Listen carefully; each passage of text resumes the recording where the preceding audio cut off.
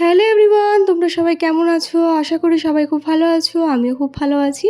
আমি পূজা তোমাদের সাথে শেয়ার করতে চলে এলাম আবার একটা নতুন ব্লগ ভিডিও নিয়ে। তো প্রথমেই সকলকে জানাই ভেরি গুড মর্নিং। এখন ঘড়িতে বাজছিল সকাল ৮টা মতো, আর এখন কিন্তু আমরা সবাই মিলে যাচ্ছি সবজি মান্ডিতে আর মাছের বাজারে, যেটা আমাদের নিয়ে যাচ্ছিলো আমার শ্বশুর মশাই। আর দিনটা ছিল কিন্তু 15ই আগস্টের ঠিক আগের দিন।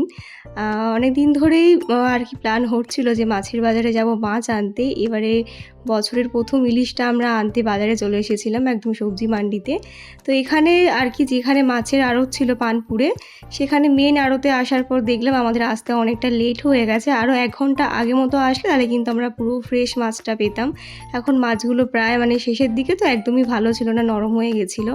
তো এখন দেখতেই পাচ্ছ বাজারঘাট আর কি সবাই গুটিয়ে নিয়েছে, এখন সবাই চলে যাবে। এখানে আসতে গেলে কিন্তু আর কি একদম ভোরবেলায় আসতে হয়। এটা হচ্ছে পাইকারি বাজার মাছের। তো ওই ইলিশগুলো দেখেছিলাম কিন্তু সেরকম একটা ভালো মনে হলো না, আর বাবা আর মা মিলে হাত দিয়ে দেখেছিল, একদম নরম ছিল। তার জন্য কিন্তু এখান থেকে আর নিলাম না। এবারে চলে আসলাম আরও একটা জায়গা, যেটা কিন্তু একদমই তোমার রাস্তার ওপরে যে মান্ডিটা, সেটা হচ্ছে ভাগায় মাছ পাওয়া যায়।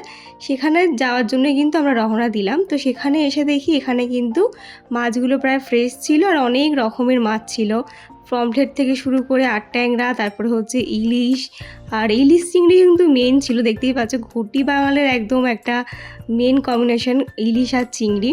তো সেটা কিন্তু বেশ অনেক ছিল। আমরা কিন্তু চিংড়ি মাছ ইলিশ মাছ দুটোই নিয়েছি, কারণ আমি আর আমার শাশুড়ি মা হচ্ছে ঘটি আর আমার শ্বশুর মশাই হচ্ছে বাঙাল। যাই হোক, ঘটি বাঙালের ঝগড়া তো আজীবনকাল চলতে থাকবে এইভাবেই, টক ঝাল মিষ্টির মতো সম্পর্ক। তার যাই হোক, তারপরে কিন্তু ইলিশ তো না হয়ে গেছে। এবারে যেহেতু তোমাদের দাদাভাই অতটা ইলিশ পছন্দ করে না, সাথে মাম্মাম তো ইলিশ মাছ খেতে পারবে না, তাই কিন্তু ওদের জন্য নেওয়া হয়েছিল বড় একটা রুই মাছ। দেখে মনে হবে না সেটা রুই মাছ, দেখে মনে হচ্ছিল ওটা কাতলা মাছ, অনেকটাই বড়।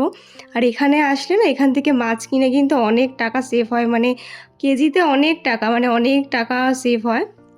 যারা আর কি এরকম মাছের আড়ত থেকে নিয়ে যাও তারা জানো, বোঝো। তো সেখান থেকে মাছ টাছ কেনা হয়ে গেছে আমাদের। এবার কিন্তু আমরা যাব সবজি বাজারে, আর পাশেই কিন্তু সবজি বাজার একটু গেলেই। আর এই সকাল সকাল এত সুন্দর একটা ওয়েদারে, সকালবেলা অতটা গরম থাকে না তো, আর মুডটাও ফ্রেশ থাকে সবার। তো এরকম একটা মুমেন্টে বাজার দোকান করতে বেশ ভালোই লাগে। আর আমি কিন্তু আমার জীবনে ফার্স্ট টাইম আসলাম, ফার্স্ট টাইম না, সেকেন্ড টাইম আসছি।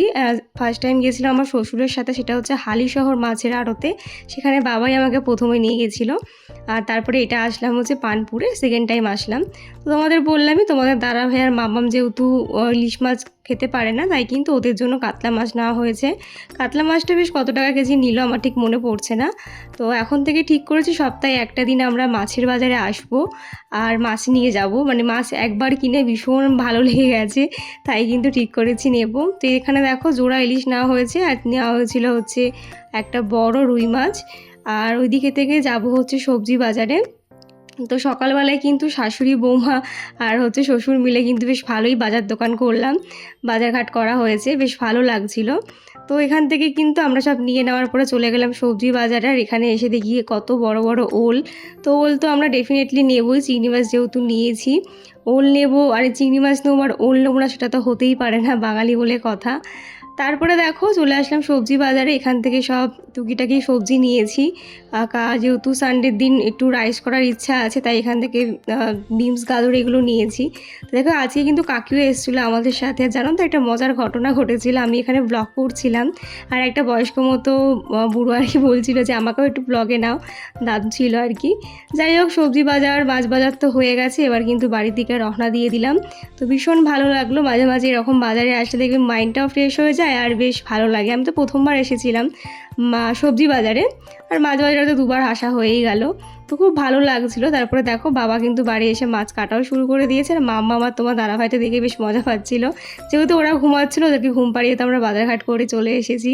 যাই হোক, চলো আজকে ব্লগটা এখানে শেষ করলাম। তোমাদের কেমন লাগলো অবশ্যই জানিও, ভালো লাগলে কিন্তু লাইক কমেন্ট করতে কেউ ভুলো না। তো চলো টাটা, আজকের মতো বাই।